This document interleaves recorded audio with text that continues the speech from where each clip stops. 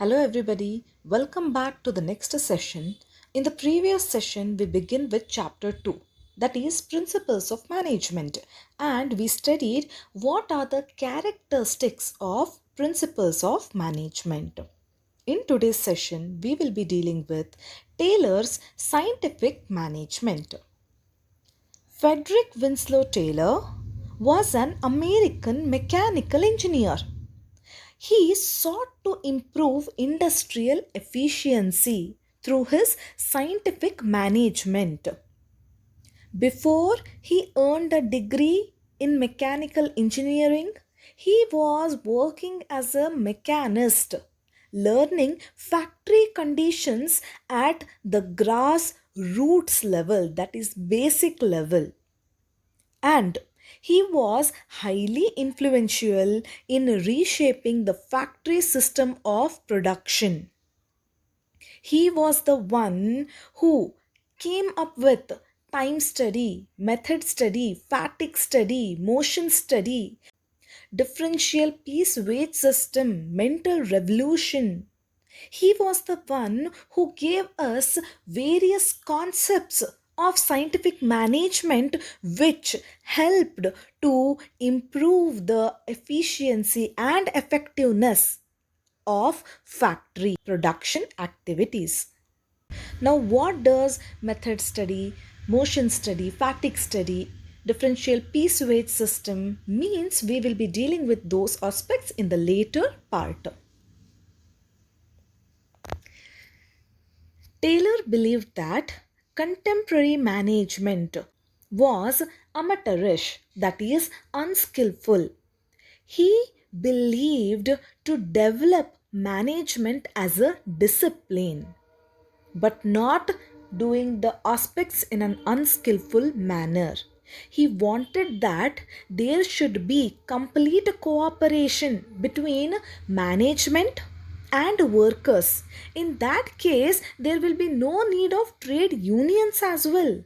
He believed that the best result would come up only when there is partnership, cooperation between the management and workers.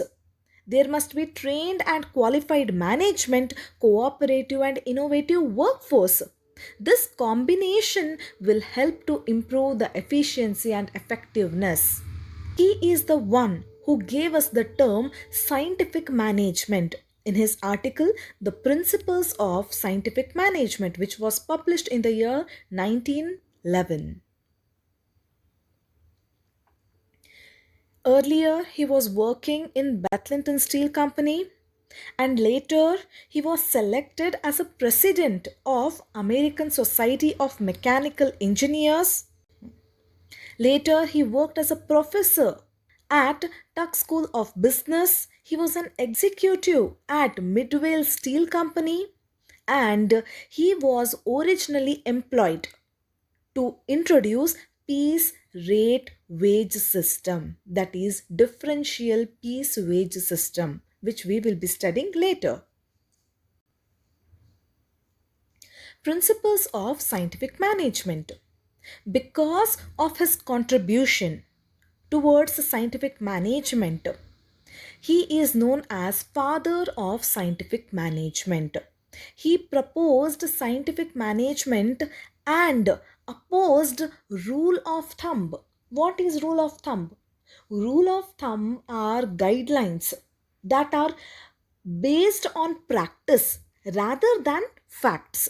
He believed that the activities in the factory must not be based on practice, it must be based on facts. He broke up human activity into small parts and he found how each part need to be performed more effectively in less time, which would help to increase the productivity. He believed in performing each of these small parts according to standardized tools, methods, and trained personnel in order to increase the output, quality, and reduce the cost and waste. To put it simple, scientific management means knowing exactly what you want the men to do, which activity they are supposed to perform in such a way that the cost will be reduced and the productivity will be increased. Scientific management means knowing exactly what you want men to do and seeing that they do it in the best and cheapest way.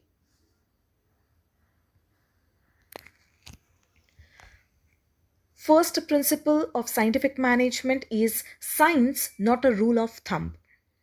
Taylor believed that management is not a rule of thumb. Management should not be based on practice, but it should be based on facts. The method need to be developed through continuous study and analysis. He believed that there was only one best method to increase the efficiency. Now, what does scientific method involves? Scientific method involves investigating the traditional method. He did not completely ignore the traditional method. He said that we need to investigate the traditional method, unify the best practices, and then develop a standard method. Identify which one would be the one best method to perform that particular activity, which will help to increase the efficiency. Just blindly following the practice is not sufficient. They need to be studied, they need to be analyzed, and they need to be improvised as well. Hence, he said that it is science but not rule of thumb. Harmony, not discord. Taylor believed that the factory system of production will be improvised only when there will be cooperation, complete harmony between the owners and the workers. And manager served as a link between owners and workers. And it was the responsibility of manager to get the work done from the workers. But there is always existence of a class conflict between the managers and workers. This conflict between the managers and workers helped none. It will neither be useful for the workers, nor the managers, nor the owner of the factory. Hence, he believed that only when there is complete harmony between management and workers, there will be increase in the productivity. Both management and workers should realize that each one of them is important for successful running up of the factory. To achieve this, Taylor called for complete mental revolution, that is change in the attitude, change in the thinking on the part of both management as well as workers. Management should realize that workers are important. Workers should realize that management is important. If this understanding will be developed, then in such situation, even trade unions will not think of going on strike. Neither there is necessity of trade unions in that case. He believed that management should share the gains of the company, if any, with the workers, and even workers must work hard. Effort from both the side will improve the efficiency and effectiveness. Both should be part of the family. Here, the family means the factory. Cooperation between management and workers will be helpful for everybody, that is, workers, management, as well as factory owner.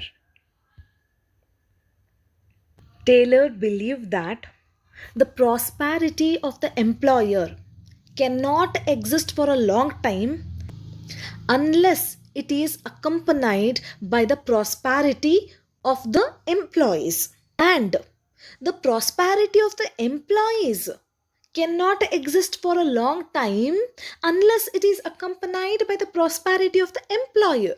It means that it means that prosperity of both employer and employee is necessary for successful running up of the factory for a longer period of time.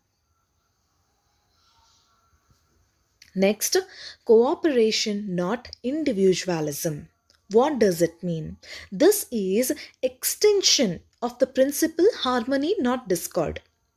There should be complete cooperation between labor and management instead of individualism, because the factory is running not just by the employees or management or owner. It is collective contribution of all the parties, that is workers, management and owner. Hence, there should not be competition. Instead, there should be cooperation. Both should realize that they need each other. Management should be always open for the constructive suggestions that is made by the employees. And those suggestions which helped to reduce the cost of the factory must be rewarded as well. If any important decisions is taken by the management, then even workers should be taken into confidence. Even their suggestions must be welcomed. At the same time, even workers must stop from going on strikes and making undesirable demands on the management, because both worker and management need each other. In fact, he believes that instead of strike and unreasonable demands on the management, there need to be open communication system between management and workers, which will increase the goodwill and there will be no need for even trade unions. Taylor believed that there should be almost equal division of work and responsibility between workers and management. The management should always assist the workers, encourage them, and provide them a way to perform the activities in a smooth manner. Development of each and every person to his or her greatest efficiency and prosperity is the another principle of scientific management. What does it mean? It means that industrial efficiency is dependent to a large extent on the personal competencies of the worker. He believed that if the industry must prosper, then development of the workers is also essential. Prosperity of the workers is also essential. Now, how it can be done? Each person in the factory must be scientifically selected. And once they are selected, the work assigned to them should be in such a way that it should suit their physical, mental, and intellectual capacity. There must be a match between their competency, that is, capability, and the work assigned to them. This match between the competency and the work assigned will increase the efficiency of the employees. They must also be provided with the required training, which will in turn help the employees to produce more and earn more. This will ensure greatest efficiency and prosperity of both company and workers, because increase in the productivity of the employees will help in the increase in the productivity of the organization. These are the various principles of scientific management.